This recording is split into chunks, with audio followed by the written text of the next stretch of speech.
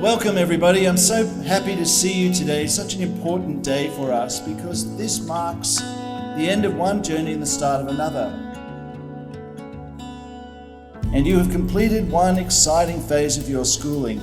That is your preparatory school years and your primary school years beckon.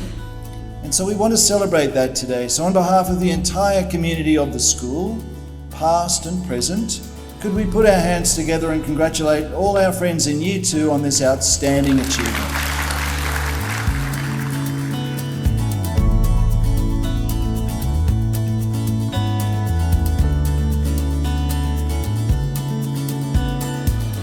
Now, today, you're about to receive your very own baggy blue and plume hat. These aren't just any hats, they're a symbol of the hard work, kindness, and curiosity you've shown. As a proud owner of a very small and worn baggy blue myself, I know how much effort you've put into each day.